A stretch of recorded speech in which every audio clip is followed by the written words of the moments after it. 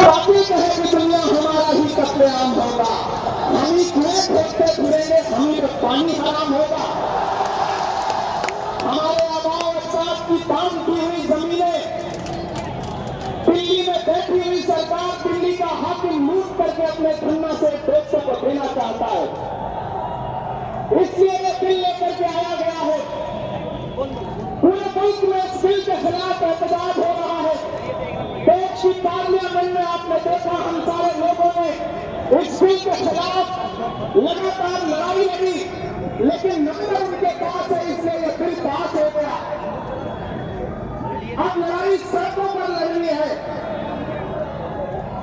देश की माननीय उच्चतम न्यायालय में सुप्रीम कोर्ट में ये मुकदमा ऑलरेडी पेंडिंग है। मुझे पूरा यकीन है कि हमारे देश की सुप्रीम कोर्ट इंसाफ जरूर करेगी। महान बादशाह सिकंदर ने जब यूनान फतेह किया तो जीत का जश्न मनाने के लिए वो शहर की सड़कों पर निकला, तो उसने देखा कि पूरा शहर जश्न मना रहा है, लेकिन एक फकीर इंसान सड़क के किनारे बेसुध होकर के सो रहा। सिकंदर को गुस्सा आया। सिकंदर अपने घोड़े से उतरा और उस सोते में फकीर के पास पहुंच करके गुस्से में उसे सोच के एक लात मारी और लात मार के कहा कि पूरे फकीर, मैंने शहर जीत लिया, शहर जश्न मना रहा है, तू सो रहा है। तो उस फकीर ने उन्हीं आंखों में सिकंदर की तरफ देखा और देख करके कहा कि शहर फतेह करना बादशाहों का काम है, लेकिन लात मारना गधों का काम है। पिछले 11 साल में इस सरकार ने आवाम को सिर्फ और सिर्फ लात मारने का काम किया और अब ये बिल लेकर के आए हैं और उन्हें लगता है कि आप खामोशी के साथ उनके हर जुल्म सितम को बर्दाश्त कर लेंगे। हमें पता है नहीं करेंगे, नहीं करेंगे ना, नहीं करेंगे ना। आपकी यहाँ मौजूदगी इस बात की गवाह है।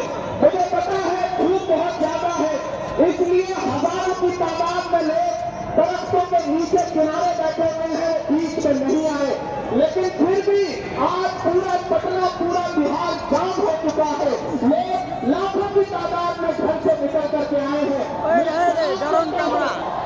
आपकी जिंदगी को, आपकी मोहब्बत को, फैसल रहमानी साहब के एक बुलावे पर मैं उनको भी सलाम कर रहा हूँ।